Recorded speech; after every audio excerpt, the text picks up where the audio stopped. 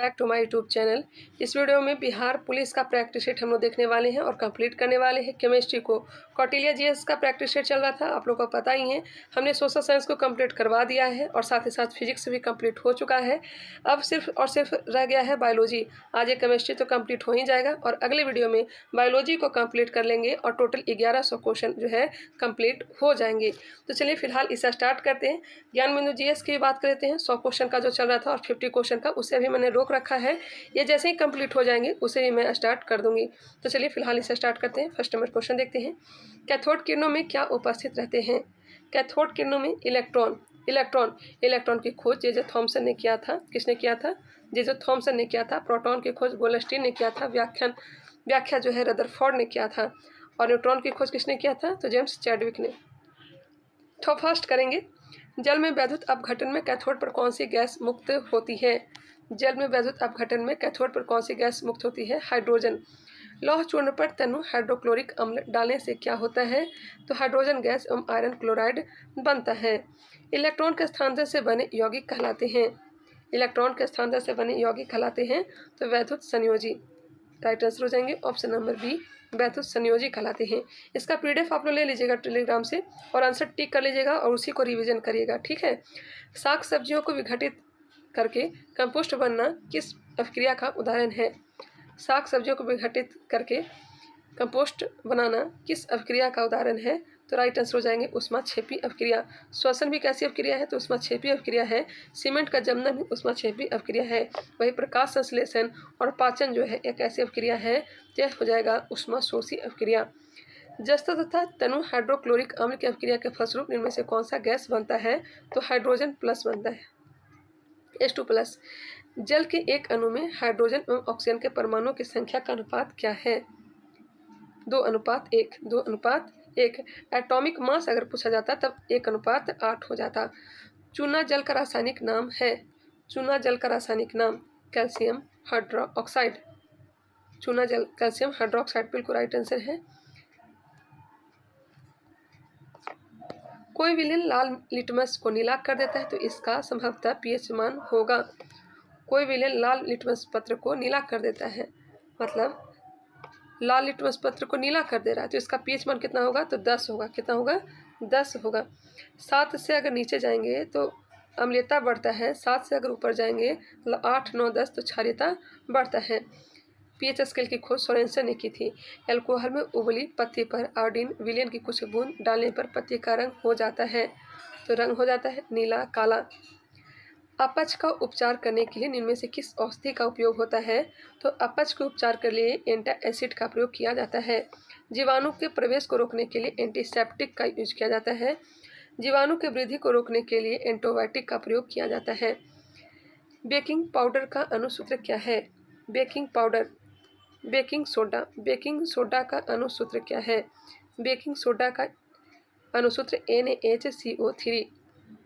NaHCO3 हो जाएंगे। NaNO3 किसका है? तो चिली साल्ट पीटर का है। KNO3 किसका है? तो साल्ट पीटर का है। सोडियम बाइकार्बोनेट को भी याद रखिएगा। सोडियम बाइकार्बोनेट का क्या हो जाएगा? तो NaHCO3, sodium bicarbonate. Sodium bicarbonate NaCO3। वही Na2CO3 10H2 अगर रहता तब हो जाता सोडियम कार्बोनेट, जिसे वाशिंग सोडा कहते हैं। Na2CO3 10H2 किसका है? तो ये सोडियम कार्बोनेट का है, जिसे क्या कहते हैं? Washing soda. और NaHCO3 किसका है? तो सोडियम बाइकार्बोनेट। चलिए नेक्स्ट क्वेश्चन, सोडियम बाइकार्बोनेट। दांतों को साफ करने के लिए दंत मंजन प्रायः होते हैं। दंत मंजन या क्या होते हैं? तो होते हैं क्षारीय। ऑक्जेलिक अम्ल का प्राकृतिक स्रोत निम्नलिखित में से कौन सा है? ऑक्जेलिक अम्ल टमाटर में पाया जाता है। साइट्रिक अम्ल संतरा, नींबू, ये सब में। सिरका में एस्टिक अम्ल पाया जाता है। इमली में टार्ट्रिक अम्ल पाया जाता है। टमाटर में ऑक्जेलिक अम्ल, पालक में ऑक्जेलिक अम्ल, आंवला में एस्कॉर्बिक अम्ल। प्लास्टर ऑफ पेरिस का रासायनिक सूत्र है।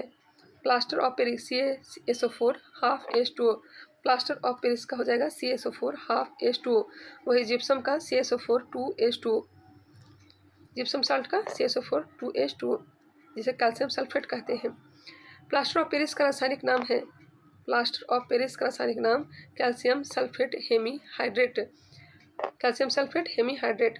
पोटेशियम नाइट्रेट का रासायनिक सूत्र है potassium nitrate KNO3, KNO3। NaH4Cl किसका है, तो अमोनियम क्लोराइड का, जिसे नौसादर कहा जाता है। NH4 अमोनियम क्लोराइड, जिसे नौसादर कहा जाता है। Na2CO3 को क्या कहते हैं, तो सोडा एस कहते हैं, सोडा एस। NaCl को रॉक साल्ट कहते हैं या फिर टेबल साल्ट कहते हैं, नमक जिसे कहते हैं। सल्फेट अर्धहाइड्रेट या हेमीहाइड्रेट का अन्य नाम है plaster of Paris, plaster of Paris. विरंजक चूर्ण CaOCl2, विरंजक चूर्ण CaOCl2। सिरका में इनमें से कौन सा अम्ल पाया जाता है, तो अभी हमने बताया एस्टिक अम्ल। चींटी या फिर मधुमक्खी के डंक में फॉर्मिक अम्ल, नेटाल पौधा में भी फॉर्मिक अम्ल, या फिर इसको क्या कहते हैं, मेथनोइक अम्ल भी कहते हैं। और अमाशय या पेट में हाइड्रोक्लोरिक अम्ल पाया जाता है H2SO4। स्टार्च की उपस्थिति की जांच के किस विलयन का उपयोग होता है, स्टार्च की उपस्थिति की जांच के लिए आयोडीन का प्रयोग होता है।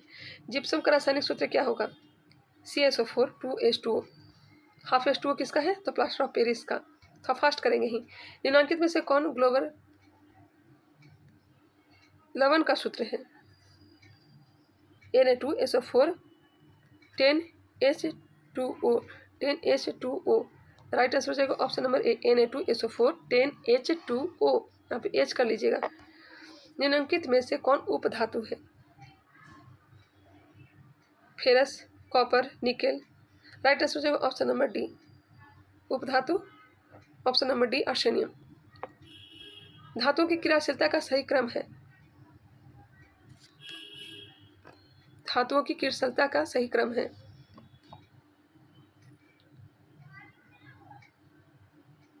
Sodium, magnesium, zinc, copper. Right answer option number D. खाद्य पदार्थ के डिब्बों पर जिंक की बजाय टीन का लेप होता है क्योंकि,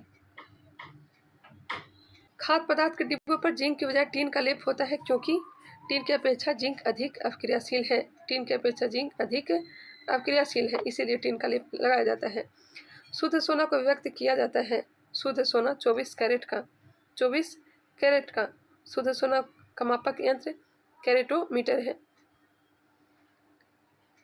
कौन सा धातु कमरे के ताप पर द्रव होता है, कौन सा अधातु, अधातु पूछा जाए तो ब्रोमीन, धातु अगर पूछा जाए तब पारा हो जाता।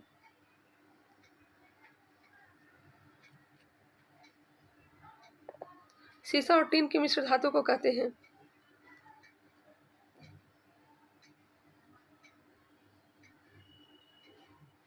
सोल्डर कहते हैं। क्या कहते हैं, सोल्डर। सीसा और टीन की मिश्र धातु को क्या कहते हैं, सोल्डर। फ्यूज भी बना होता है सीसा और टीन का ही। धातु के ऑक्साइड समानता होते हैं, धातु के ऑक्साइड समानता क्षारीय होते हैं। क्या होते हैं, क्षारीय होते हैं। धातु के ऑक्साइड समानता क्षारीय होते हैं, वही अधातु का अम्लीय होते हैं। सल्फाइड एस्को का साधारण किया जाता है, सल्फाइड एस्को का साधारण किया जाता है फेन पलवन द्वारा। कॉपर का निष्कर्षण मुख्यतः किस अयस्क से किया जाता है, क्यूप्राइट से। वह धातु जो सिर्फ अम्लराज में घुलता है, अम्लराज में घुलता है, तो आंसर हो जाएगा AU, एक्वारेजिया जिसे कहते हैं। धातु की प्रकृति होती है, धातु की प्रकृति विद्युत धनात्मक। जब मैग्नीशियम फीता को जलाया जाता है तो उत्पन्न आग की लौ होती है, मैग्नीशियम फीता को जलाया जाता है तो उत्पन्न आग की लौ होती है चमकीली उजला। एक्वारेजिया किस अनुपात में साद्र हाइड्रोक्लोरिक अम्ल एवं साद्र नाइट्रिक अम्ल का ताज़ा मिश्रण होता है, 3:1। इनमें से कौन अधातु होते हुए भी चमकीला होता है, अधातु होते हुए भी चमकीला, आयोडीन। सबसे कठोर प्राकृतिक पदार्थ कौन सा है, हीरा है। कौन सा है, हीरा। इसका अपवर्तनांक 2.42। एक ग्राफीन भी है, उसका अपवर्तनांक 2.68। हीरा से ज़्यादा ऐसे कठोर जो है ग्राफीन ही होता है। सबसे कठोरतम धातु पूछा जाता प्लेटिनम हो जाता, जिसे व्हाइट गोल्ड कहा जाता है। अभिक्रियाशीलता की इस क्रम में कौन सही है, the right answer option number C, magnesium, aluminium, zinc, ferrous. सबसे ज़्यादा मैग्नीशियम, उसके बाद एल्युमिनियम, एल्युमिनियम के बाद जिंक, जिंक के बाद फेरस। लंबे समय तक आर्द्र वायु में रहने पर लोहे पर भूरी रंग के पत्र की पदार्थ की परत चढ़ जाती है, जिसे कहते हैं।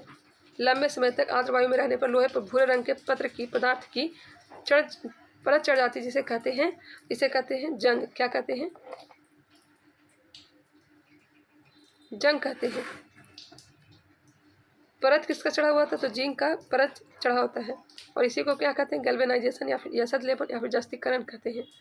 थोड़ा सा यहाँ पे कंफ्यूज लगा, लेकिन इसका राइट आंसर हो जाएगा ऑप्शन नंबर डी, जंग कहेंगे। जंग रोधी स्टील क्या है? मिश्र धातु है। क्रायोलाइट किस धातु का अयस्क है? क्रायोलाइट एल्युमिनियम का है। क्रायोलाइट किसका है? एल्युमिनियम का। क्यूप्राइट किसका है? तो तांबा का है। और लोहा का magnetite, haematite, siderite, iron pyrite, ये सब किसका है? तो लोहा का है। क्यूप्राइट किसका है? तो तांबा का है। कॉपर पायराइट भी किसका है? तो तांबा का है। एल्युमिनियम का बॉक्साइड है, डायस्पर है, कोरंडम है, मैग्नीशियम का डोलोमाइट है, और इप्सम साल्ट है। सबसे भारी धातु कौन सा है? सबसे भारी धातु इसमें यूरेनियम है। कौन सा है? यूरेनियम है। ऑप्शन के अकॉर्डिंग राइट आंसर हो जाएगा बी। वेल्डिंग में किस गैस का उपयोग होता है? वेल्डिंग में एथाइन का प्रयोग होता है। एथाइन, एथाइन हो जाएगा ऑप्शन नंबर बी। मीथेन कहाँ से निकलता है? तो धान के खेत से, या फिर सड़े गले घास पतवार है वहां से भी निकलता है। कोयला के खान से भी तीव्र विस्फोट जो उत्पन्न होती है मीथेन के कारण ही होती है। और एथिन जो है, इथिलीन, प्राकृतिक गैसीय पादप हार्मोन है और प्राकृतिक रूप से फल को पकाता है। सोडियम फास्फेट का अनुसूत्र होता है। सोडियम फास्फेट का Na3PO4, Na3PO4। सोडियम फास्फेट पूछा जा रहा है तो Na3PO4, सोडियम फास्फेट Na3PO4। चीनी का रासायनिक सूत्र क्या है? C12H22O11। इथेनॉल या अल्कोहल का क्रियाशील मूलक है? Single bond OH। Aldehyde single bond CHO। Ketone CO group का, CO 7 नहीं CO। अक्रिय तत्व है, अक्रिय तत्व इसमें हीलियम है। कौन सा है? हीलियम। जैव गैस मुख्य अवयव होते हैं। जैव गैस मीथेन का मुख्य अवयव होते हैं। Butane, propane, LPG। Gas lighter में क्या होता है? तो ब्यूटेन ही होता है। संतृप्त हाइड्रोकार्बन श्रेणी के सदस्यों को कहा जाता है। संतृप्त हाइड्रोकार्बन श्रेणी के सदस्यों को कहा जाता है तो एल्केन। क्या कहा जाता है? एल्केन कहा जाता है। और असंतृप्त एल्काइन कहेंगे। ग्लूकोज का विखंडन पाइरुवेट में होता है, यह प्रक्रम संपन्न होता है। ग्लूकोज का विखंडन पाइरुवेट में होता है, यह प्रक्रम संपन्न होता है तो कोशिका द्रव में। कोशिका द्रव में बिल्कुल राइट आंसर है। 36 ATP का निर्माण माइटोकॉन्ड्रिया में होता है। क्रेब्स चक्र में माइटोकॉन्ड्रिया में होता है। कार्बन 60 फ्लोरीन की आकृति निम्नलिखित में से कैसी होती है? किसके जैसी होती है? फ्लोरीन का आकार जो होता है यह होता है फुटबॉल के जैसा या फिर पिंजरा के जैसा होता है। हीरा का होता है चतुष्फलकीय। आयोडीन को निम्नलिखित में से किस द्रव को घोलने से टिक्चर आयोडीन बनता है? टीचर आयोडीन बनता है तो राइट आंसर हो जाएगा ethyl alcohol. Ethyl alcohol plus iodine plus sodium iodide. Ethanoic अम्ल को समानतः क्या कहा जाता है? एथेनोइक अम्ल को एस्टिक अम्ल कहा जाता है। एस्टिक अम्ल। एस्टिक अम्ल के कितने प्रतिशत विलयन को सिरका कहा जाता है? एस्टिक अम्ल के कितने प्रतिशत विलयन को सिरका कहा जाता है? 4 से 5%। नेक्स्ट क्वेश्चन है 835 नंबर। निम्नलिखित में से कौन असंतृप्त हाइड्रोकार्बन है? असंतृप्त एथीन। वनस्पति तेल में होते हैं लंबी असंतृप्त हाइड्रोकार्बन श्रृंखलाएं। सिंगल बॉन्ड OH अभिक्रियाशील मूल वाले यौगिक का नाम क्या है? इसे क्या कहेंगे? एल्कोहल। निम्नलिखित कार्बनिक यौगिकों में से कौन सा यौगिक एल्काइन है? Alkyne acetylene. आधुनिक आवर्त सारणी में दाएं से बाईं ओर जाने पर परमाणु का आकार, आधुनिक आवर्त सारणी में दाएं से बाईं ओर जाने पर परमाणु का आकार क्या होता है? तो बढ़ता है। किसी कोष में इलेक्ट्रॉन की अधिकतम संख्या होती है 2n²। 2n²। आवर्त सारणी के प्रथम वर्ग के सदस्य हैं। प्रथम वर्ग के सदस्य हैं या क्षारीय धातु हैं और अंतिम अक्रिय गैसें हैं। आधुनिक आवर्त सारणी में तत्वों के वर्गीकरण का आधार है परमाणु संख्या। आधुनिक आवर्त सारणी मुस्लिम ने दिया था, याद रखिएगा। त्रिक का नियम निम्नलिखित में से किसके द्वारा प्रतिपादित किया गया? त्रिक का नियम डोबराइनर। अष्टक का नियम न्यूलैंड्स। अष्टक का नियम अभी हमने बताया न्यूलैंड्स। मेडलिफ के आवर्त नियम के अनुसार तत्वों के गुणधर्म इनमें से किनका आवर्ती फलन होता है? मेडलिफ के आवर्त नियम पूछ रहा है तो परमाणु द्रव्यमान हो जाएंगे। आवर्त सारणी के प्रत्येक आवर्त का अंतिम सदस्य होता है एक निष्क्रिय धातु। अंतिम पूछा जा रहा है। मेडलिफ द्वारा छोड़े गए आवर्त सारणी के रिक्त स्थानों में बाद निम्नलिखित में से कौन सा पद स्थापित किया गया? मेडलिफ द्वारा छोड़े गए आवर्त सारणी के रिक्त स्थान के बाद निम्नलिखित में से कौन सा तत्व पद स्थापित किया गया? कौन सा? तो ऑक्सीजन हो जाएगा। पदार्थ के कणों को एक साथ बांधकर रखने वाला बल कहलाता है अंतराअणुक बल कहलाता है। अंतराअणुक बल सबसे ज़्यादा ठोस में, उसके बाद द्रव, फिर उसके बाद गैस। गर्म करने पर गैस का आयतन बढ़ जाता है। हवादार जगहों पर द्रव के वाष्पन का वेग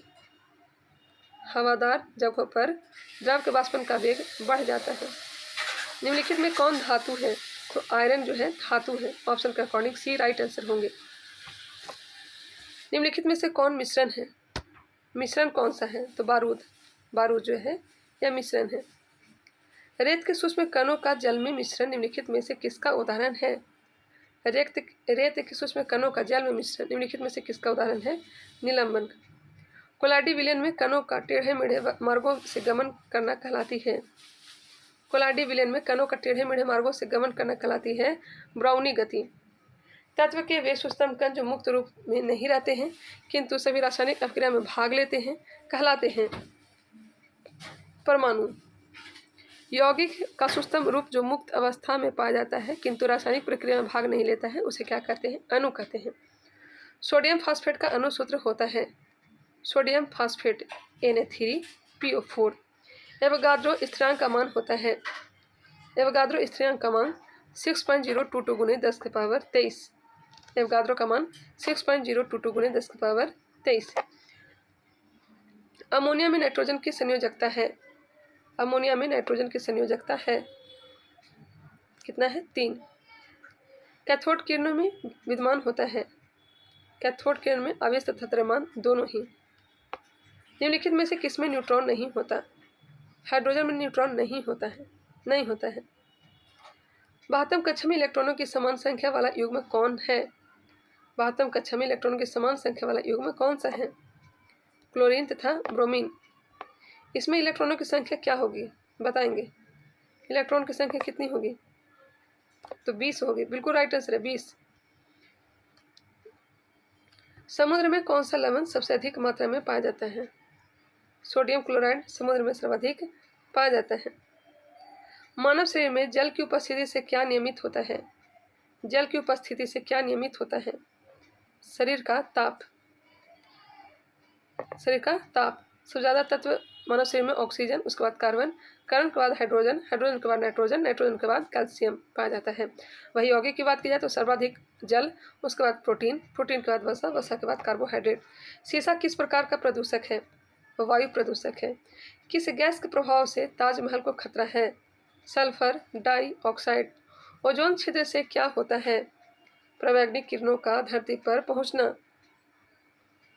इसकी मोटाई को डॉप्सन इकाई से कहाँ होता है? तो समतल मंडल में होता है। CFC के कारण इसका क्षरण होने स्टार्ट हो जाता है। वैश्विक उष्मीकरण CO2 के कारण होता है। अम्ल वर्षा SO2 और NO2 के कारण होता है। चलिए आगे बढ़ते हैं। चीनी के विलयन में चीनी की विलेयता निम्नलिखित में से किस पर निर्भर करती है? चीनी के विलयन में चीनी की विलेयता तापक्रम पर निर्भर करती है। स्टार्च और जल के कोलाइड विलयन के संबंध में निम्नलिखित में से कौन सा वक्तव्य सही है? इनके द्वारा टिंडल प्रभाव प्रदर्शित होते हैं। निम्नलिखित में से कौन टिंडल प्रभाव को प्रदर्शित करेगा?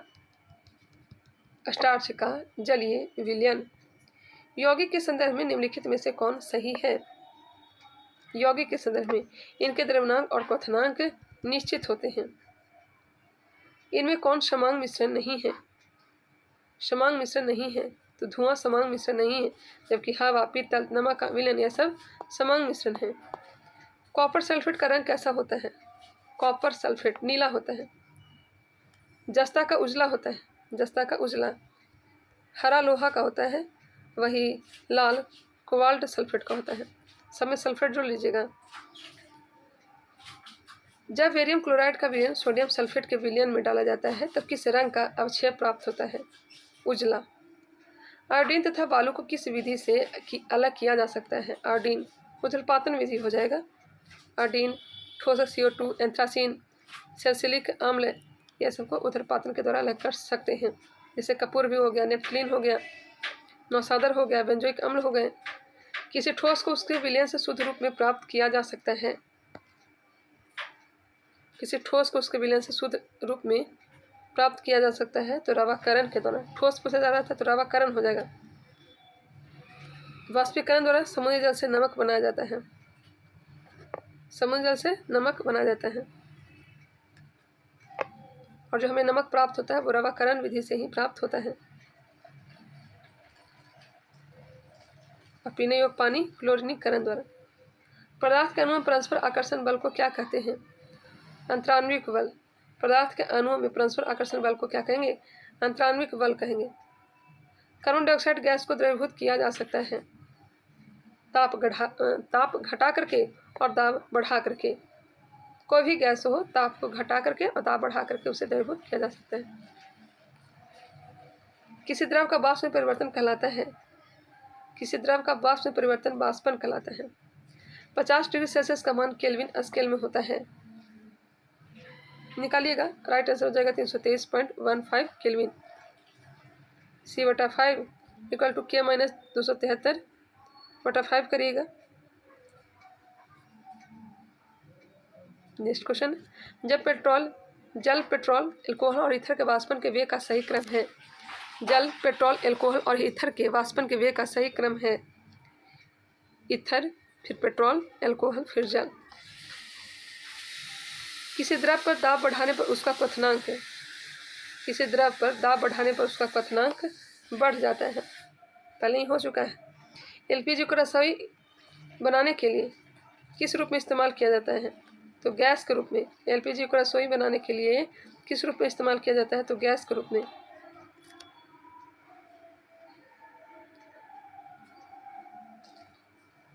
निम्नलिखित में से किस गुण के कारण किसी गैस का आयतन दाब बढ़ाने पर घट जाता है? संपीड़ितता।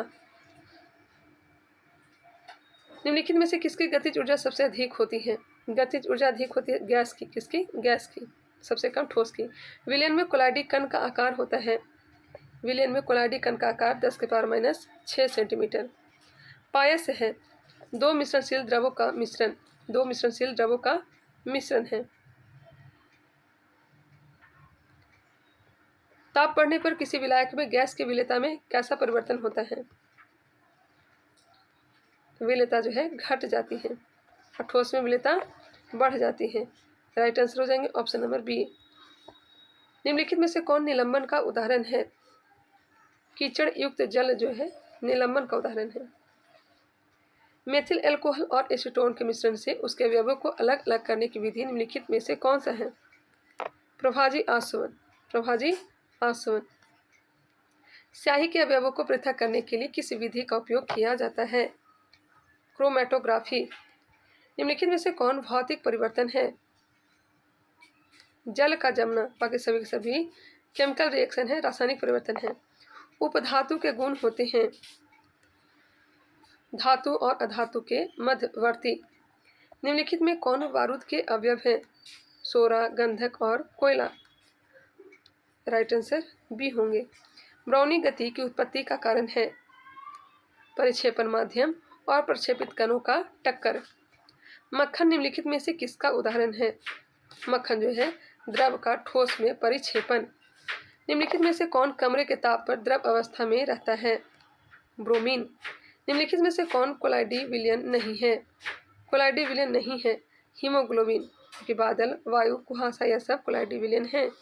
निश्चित अनुपात के नियम का प्रतिपादन किसने किया था? निश्चित अनुपात का नियम का प्रतिपादन प्राउस्ट ने, किसने? प्राउस्ट ने।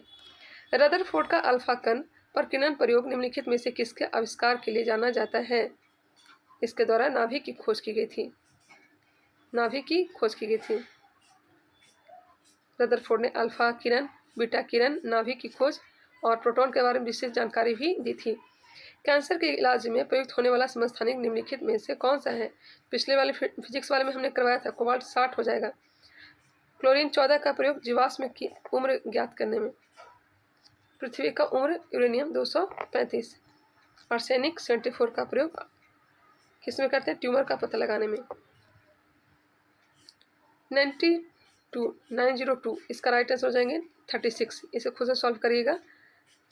नेक्स्ट है, एक परमाणु जिसमें 10 प्रोटॉन 11 न्यूट्रॉन तथा 10 इलेक्ट्रॉन तथा दूसरा परमाणु जिसमें 11 प्रोटॉन 10 न्यूट्रॉन तथा 11 इलेक्ट्रॉन है, निम्नलिखित में से क्या कहलाते हैं? इसे कहेंगे समभारिक। एक तत्व के समस्थानिक में विद्यमान होते हैं। एक तत्व के समस्थानिक में विद्यमान होते हैं न्यूट्रॉनों की अलग अलग संख्या। समस्थानिकों के परमाणु संख्या समान किंतु द्रव्यमान संख्या भिन्न होते हैं। निम्नलिखित में से कौन युग्म समभारिक है? सभी हो जाएंगे, सभी। गौर से देखिए तो सभी राइट आंसर हो जाएंगे। नेक्स्ट वीडियो बायोलॉजी से संबंधित आएंगे। समभारिकों के द्रव्यमान संख्या समान किंतु परमाणु संख्या भिन्न होते हैं। ट्राइट्रियम में न्यूट्रॉन की संख्या निम्नलिखित में कितनी होगी? ट्राइट्रियम में न्यूट्रॉन की संख्या कितनी हो जाएगी? तो 2। 3 में से घटाइएगा तो 2 प्राप्त होंगे। वाहनों के धुएं में मौजूद कार्बन मोनोऑक्साइड हमारे शरीर में प्रवेश कर हीमोग्लोबिन से अभिक्रिया कर निम्नलिखित में से किसका निर्माण करता है? कार्बोक्सी हीमोग्लोबिन का। निम्नलिखित में से कौन वायु प्रदूषक नहीं है? वायु प्रदूषक इसमें से नहीं है तो CO2 कार्बन डाइऑक्साइड वायु प्रदूषक नहीं है, हालांकि यह वैश्विक तापक्रम को बढ़ा देता है। वायु में लेड प्रदूषण के लिए कौन जिम्मेदार है? राइट आंसर सीसा युक्त पेट्रोल। निम्नलिखित में से कौन हरित गृह गैस नहीं है? हरित गृह गैस नहीं है तो ऑक्सीजन। तो चलिए, केमिस्ट्री भी हमने कंप्लीट करवा दिया। नेक्स्ट वीडियो में बायोलॉजी को भी हम लोग कंप्लीट कर लेंगे। वीडियो कैसा लगा कमेंट करके बताइएगा। थोड़ा मैंने फास्ट ही करवाया है। तो मिलते हैं नेक्स्ट वीडियो में, तब तक के लिए धन्यवाद।